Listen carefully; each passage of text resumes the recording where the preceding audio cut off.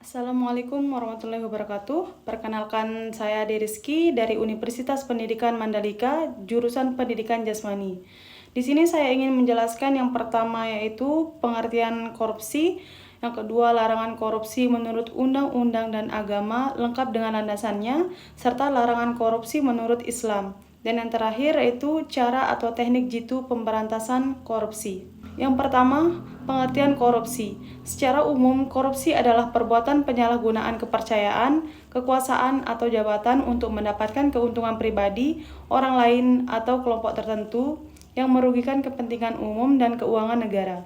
Berdasarkan Undang-Undang Nomor 31 Tahun 1999 tentang Pemberantasan Tindak Pidana Korupsi sebagaimana telah diubah dengan Undang-Undang Nomor 20 Tahun 2001, tindak pidana korupsi mencakup berbagai perbuatan antara lain yang pertama yaitu secara melawan hukum, melakukan perbuatan memperkaya diri sendiri, orang lain atau korporasi yang dapat merugikan keuangan negara atau perekonomian negara. Yang kedua, menyalahgunakan wewenang, kesempatan atau sarana yang ada padanya karena jabatan atau kedudukan yang dapat merugikan keuangan negara atau perekonomian negara.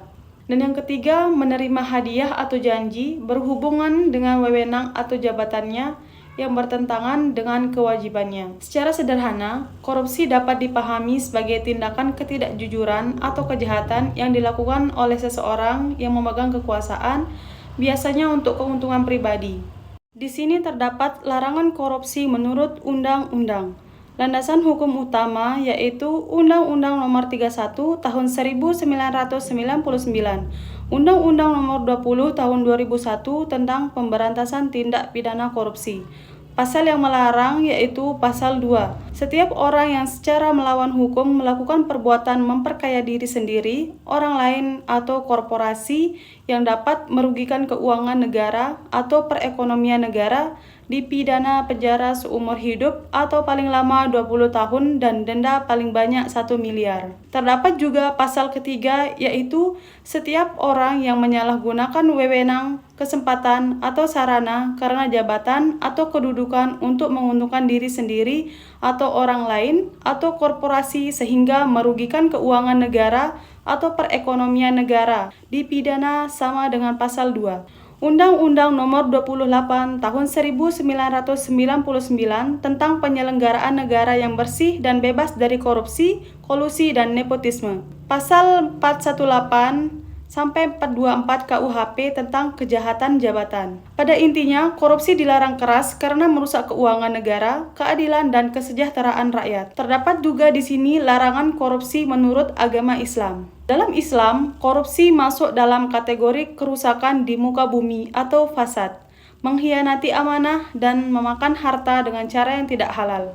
Istilah yang sepadan yaitu hulul atau khianat harta, riswah atau suap, aklu mal bil batil atau memakan harta orang lain dengan cara salah. Terdapat landasan dari Al-Quran di Quran Surah Al-Baqarah halaman 188 menjelaskan tentang melarang mengambil harta bukan haknya termasuk lewat suap atau penyalahgunaan kekuasaan. Terdapat cara dan teknik jitu pemberantasan korupsi. Berdasarkan hukum, teori, dan praktik efektif dibagi jadi pencegahan, penindakan, pengawasan, pendidikan, dan transformasi sistem lengkap, menyeluruh, dan berakar pada prinsip integritas, transparansi, dan akuntabilitas. Penerapan pembuktian terbaik yaitu pelaku atau pejabat wajib buktikan harta halal kalau tidak bisa dianggap hasil korupsi. Pasal 37-38B Undang-Undang Tipikor. Ini senjata paling ampuh mengungkap kekayaan tidak wajar. Selanjutnya, sanksi berat dan efek jera. Penjara maksimal, denda sampai 1 miliar, perampasan seluruh harta hasil kejahatan, pencabutan hak politik seumur hidup, larangan jadi pejabat lagi. Selanjutnya, terapkan mekanisme NCB, rampas aset tanpa harus menunggu vonis bersalah, supaya harta tidak lari atau dihapuskan. Dan selanjutnya, operasi tangkap tangan atau OTT. Lakukan pengawasan mendadak dan penangkapan saat perbuatan berlangsung atau terbukti paling efektif menimbulkan ketakutan dan efek jera. Selanjutnya, kerjasama lintas lembaga, KPK, Polri, Kejaksaan, PPATK, BPK, harus bekerja satu data berbagi informasi tanpa saling halangi. Hukum korporasi, Jatuhkan sanksi berat pada perusahaan atau institusi yang terlibat, denda sampai 50 miliar. Pembubaran usaha, larang ikut tender.